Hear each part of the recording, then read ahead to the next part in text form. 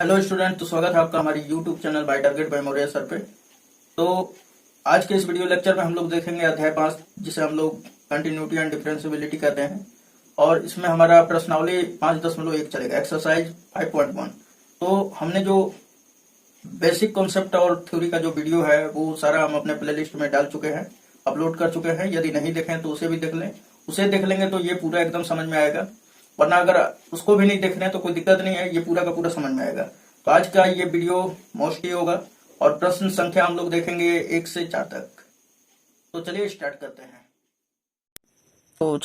करते हैं अध्याय 5, सातत्य तथा अवकलनीयता, जिसे हम लोग कंटिन्यूटी एंड डिफरेंशिएबिलिटी कहते हैं। तो आज प्रश्नावली 5.1 देखेंगे।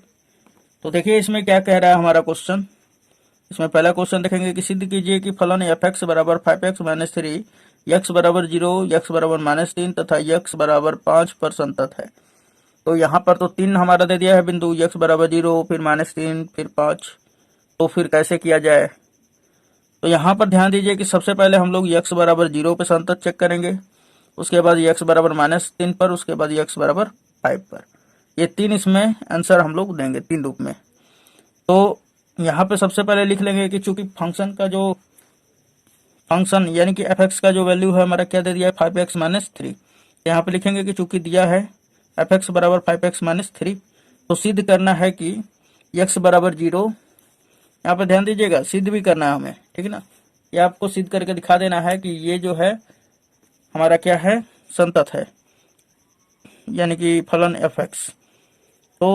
तो सिद्ध करना है कि x बराबर 0, x बराबर -3 तथा x बराबर 5 पर f क्या है, संतत फलन है। तो सबसे पहले देखिए यहाँ पर जब मैंने बताया था कि जब x बराबर, जैसे कि मैं दिखा दे रहा हूँ अब, तो यहाँ पर ध्यान दीजिए कि फलन f(x) जो है x बराबर a पर संतत होता है। कब? जब limit x tends to a f(x) बराबर fa हो। ठीक, तो सब में हम लोग क्या निकालेंगे? तो पहले दे दिया हमारा, यहाँ पर ले लेंगे हम लोग कि x बराबर 0 पर, क्योंकि पहला बिंदु हमारा क्या दिया है, x बराबर 0 पर, x बराबर -3, x बराबर 5। तो हम लोग पहले चेक करेंगे किस पे, x बराबर 0 पर। सो यहाँ पे हमने लिख लिया x बराबर 0 पर। सातत्य सिद्ध करना है तो यहाँ पे जांच नहीं लिखेंगे, यहाँ पे डायरेक्टली हम सिद्ध करेंगे। तो सबसे पहले हमारा काम होगा limit x tends to a f(x) का मान हमको ज्ञात करना है। सो यहाँ पे देखिए x का मान क्या है, 0।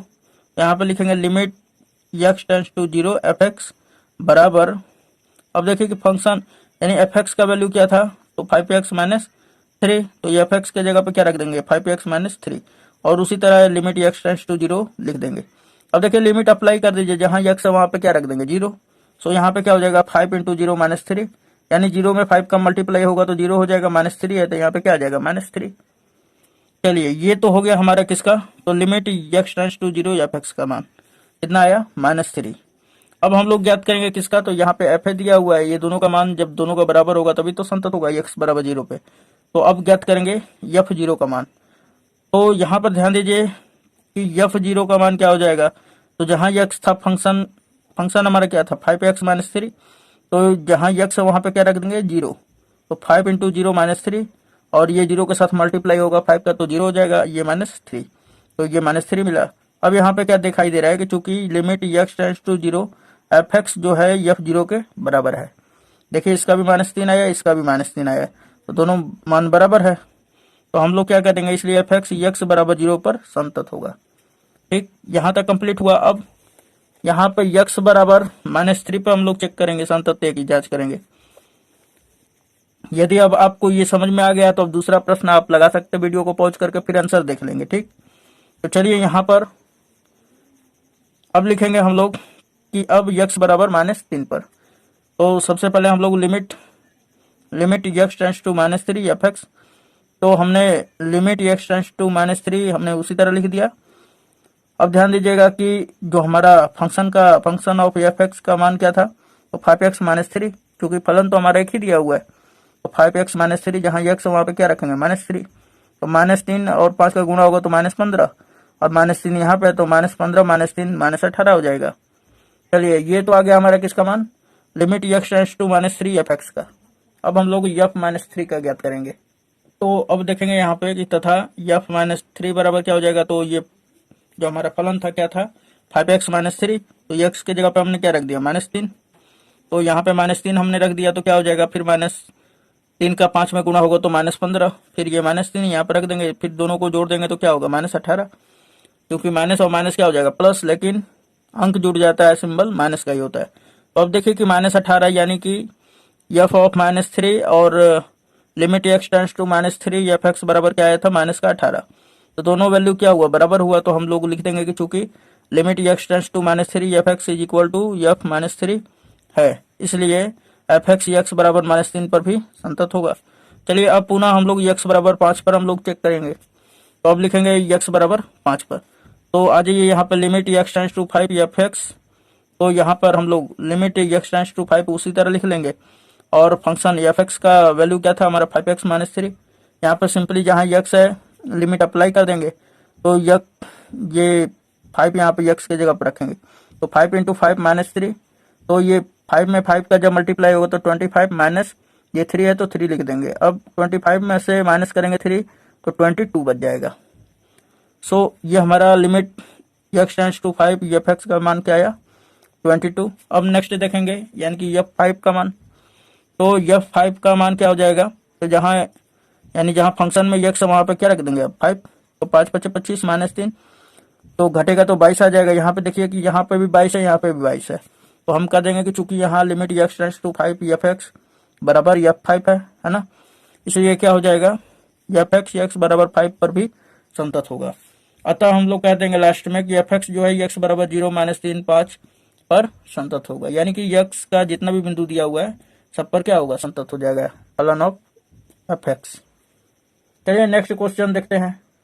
क्वेश्चन नंबर 2 हमारा क्या कह रहा है कि x बराबर 3 पर फलन एफ एक्स बराबर 2x² - 1 के सततता की जांच कीजिए। यानी कि अब हमें x पॉइंट भी दे दिया है और फंक्शन ऑफ एफ एक्स भी दे दिया है, तो हम लोगों को यहाँ पे जांच करना है, तो बस वही सेम टू सेम फॉर्मूला लगाएंगे। वहाँ पे 3 बिंदु दिया है, यहाँ पे एक बिंदु दिया हुआ है, तो चलिए हम लोग लिख लेते हैं कि चूंकि जांच करना है हमें x बराबर 3 पर एफ एक्स की संततता, ठीक। तो चूंकि संतत होने के लिए क्या होता है formula limit x tends to f x बराबर f है, ठीक है। ये अगर आप लिख देते हैं तो अच्छा ही है, नहीं लिखेंगे फिर भी कोई टेंशन नहीं है, लास्ट में भी लिख देंगे तो ऊपर भी चलेगा, ठीक है। तो हम यहाँ पे जांच करेंगे x बराबर 3 पर, तो सबसे पहले limit x tends to f x का मान ज्ञात करेंगे। यहाँ पे देखिए कि x बराबर क्या दिया हुआ है 3, तो यहाँ पे क्या रखेंगे हम limit x tends to 3 f x. अब देखिए ये लिमिट x टेंड्स टू 3 यहाँ पे लिखा गया, चूंकि एफ एक्स का मान क्या है हमारा, तो यहाँ पे दे दिया है 2x² - 1, जो कि आप देख सकते हैं 2x² - 1 है, तो यहाँ पे क्या रख देंगे एफ एक्स के जगह पे 2x² - 1। अब लिमिट अप्लाई कर देंगे यानी x का वैल्यू रख देंगे यहाँ पर, तो हम लिखेंगे यहाँ पे कि 2 × 3 का स्क्वायर, क्योंकि x का स्क्वायर है, फिर -1। अब देखिए 3 का स्क्वायर 9 हो जाएगा, 9 दूना 18, फिर माइनस क्या है 1। अब 18 में से 1 घटा देंगे तो हमारा कितना बचेगा 17। अब देखिए कि f3 का मान निकालेंगे, चूंकि यहाँ पे fa का भी मान निकालना है, तो f3 का एक जगह पे क्या है 3, तो इसलिए f3 बराबर क्या हो जाएगा, तो जहाँ हमारा ये fx का मान क्या हो जाएगा 2x² - 1, तो जहाँ भी x है वहाँ पे क्या रख देंगे, यहाँ पे 3 रखे हैं तो x के जगह पे भी 3, तो ये भी मिला के हमारा क्या मिलेगा 17। तो आप देख रहे हैं कि जो limit x tends to 3 f x का जो मान है 17 और f3 का भी मान 17, तो हम कह देंगे कि चूंकि, तो अब यहाँ पे लिख देंगे कि चूंकि limit x tends to 3 f x is equal to है f3 और ये बराबर है 17 के, यानी दोनों का मान क्या आया 17, तो इसलिए हम कह देंगे कि अतः x बराबर 3 पे फलन एफ एक्स का जो मान है वो संतत है। चलिए नेक्स्ट क्वेश्चन नंबर 3 देखते हैं हम लोग। चलिए क्वेश्चन नंबर 3 देख लेते हैं। बोला निम्नलिखित फलनों की सततता की जांच कीजिए। तो इसमें हमारा क्वेश्चन नंबर 3 में 4 क्वेश्चन दिया हुआ है, तो एक एक करके हम लोग हल करेंगे। तो यहाँ पे दिया है function of f x is equal to x - 5। तो यहाँ पर ध्यान दीजिए कि यहाँ पे हमें संततता की जांच करना है ना। तो सबसे पहले हम लोग क्या करेंगे कि चूंकि हम लोग क्या जानते हैं, जो अगर बच्चे अगर हमारे देखे होंगे बेसिक कॉन्सेप्ट का वीडियो, यानी कि संततता का जो इंट्रोडक्शन पार्ट है उसमें हमने पूरा बेसिक से एकदम कॉन्सेप्ट पूरा एकदम डील कर दिया है। यदि आप उसे देख लेते हैं तो ये सारा का सारा आप इसी तरह बना लेंगे, यह समझाने पे एकदम आसानी पूर्वक आप समझ जा रहे होंगे, ठीक। तो यहाँ पर ध्यान दीजिए कि x - 5 जो है आप क्लास 10th में 9th में भी बहुपद पढ़ चुके हैं। x माइनस 5 क्या हमारा एक बहुपद है, और आपको हमने बताया था कि जो बहुपदीय फलन होता है वो क्या होता है, सतत होता है। ठीक, तो यहाँ पे आप डायरेक्ट भी लिख सकते हैं, और ये हमारा आसान पड़ रहा था इस कारण ये लिख दिया हमने। या आप यहाँ पर 2-3 तरीका से इसे सिद्ध किया जा सकता है, कोई दिक्कत नहीं है, ठीक ना। यानी कि यहाँ पे हम जांच कर सकते हैं 2-3 तरीका से। पहला कि अगर x बराबर अगर हम c ले लें तो भी जांच कर सकते हैं, लेकिन उतना लिखने से कोई फायदा वायदा नहीं है ना। तो यहाँ पे लिखेंगे कि चूंकि f(x) एक बहुपदीय फलन है, अतः f(x) x के प्रत्येक मान के लिए संतत होगा। ठीक, तो ये हमारा आंसर हो जाएगा। क्वेश्चन नंबर इसमें 2 राइज हो रहा है, बी नंबर। तो यहाँ पर ध्यान दीजिए कि अब की बार जो फंक्शन f(x) का मान है 1/x माइनस 5 है, लेकिन यहाँ पे लगा दिया है थोड़ा सा रिस्ट्रिक्शन लगा दिया है कि x is equal to not 5, यानी कि x का मान आप 5 नहीं रख सकते हैं। क्यों? क्योंकि आप जानते हो कि यहाँ पे अगर मैं 5 रख दूं तो 5 माइनस 5 0 हो जाएगा। 1/0 जो होता है डिफाइंड नंबर नहीं होता है, तो वो एक अनडिफाइंड नंबर हो जाएगा, यानी इन्फिनेटिव हो जाएगा, तो वो कभी भी संतत नहीं होगा। तो यहाँ पे हमें क्या नहीं प्रयोग करना है, तो x बराबर 5 का प्रयोग नहीं करना है।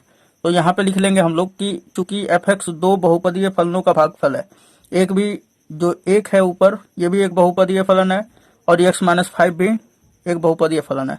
और जब एक हमारा संतत, आप जान रहे हैं कि जो अचर होता है वो भी क्या होता है, संतत होता है, और ये भी एक संतत फलन है, तो दोनों का भागफल भी क्या होगा, एक संतत ही होगा।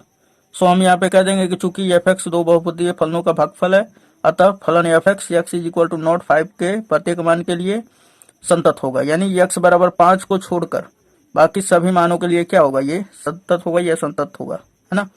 चलिए क्वेश्चन नंबर सी हम लोग देख लेते हैं। अब देखेंगे क्वेश्चन नंबर सी हमारा f(x) बराबर x स्क्वायर माइनस 25 बटा में x प्लस 25, लेकिन रिस्ट्रिक्शन दे दिया यहाँ पे कि x is equal to not 5, यानी कि x का मान जो है -5 नहीं रखना है। ठीक, इसको छोड़कर तब आपको ये सिद्ध करना है, मतलब जांच करना है कि ये संतत है कि नहीं। तो सबसे पहले हमारे x स्क्वायर माइनस 25 को हम लोग क्या लिख सकते हैं, x स्क्वायर माइनस 5 का स्क्वायर। तो ये कुछ इस प्रकार हमारा यहाँ पे 25 की जगह पे क्या लिख सकते हैं, तो मैं यहाँ पे समझा दे रहा हूँ आपको। यहाँ पर ध्यान दीजिएगा कि हम x स्क्वायर माइनस 25 को क्या लिख सकते हैं, तो हम इसे लिख सकते हैं x स्क्वायर और माइनस 5 का स्क्वायर, है ना। और ध्यान दीजिए कि यहाँ पे जब 5 का स्क्वायर हो जाएगा x स्क्वायर माइनस 5 स्क्वायर, तो ये a square minus b square पे हो गया, है ना।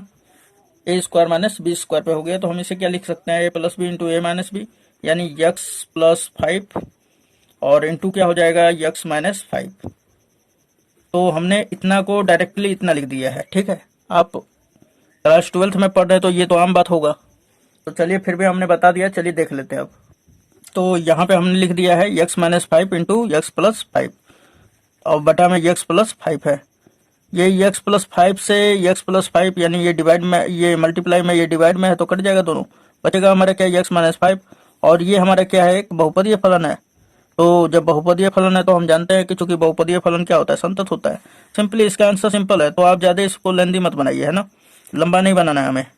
तो चूंकि x माइनस 5 एक बहुपदीय फलन है, बहुपद फलन है, अतः f(x) x बराबर -5 के प्रत्येक मान के लिए क्या होगा, संतत होगा। तो क्वेश्चन नंबर सी भी हमारा कंप्लीट हुआ। चलिए क्वेश्चन नंबर डी देखते हैं।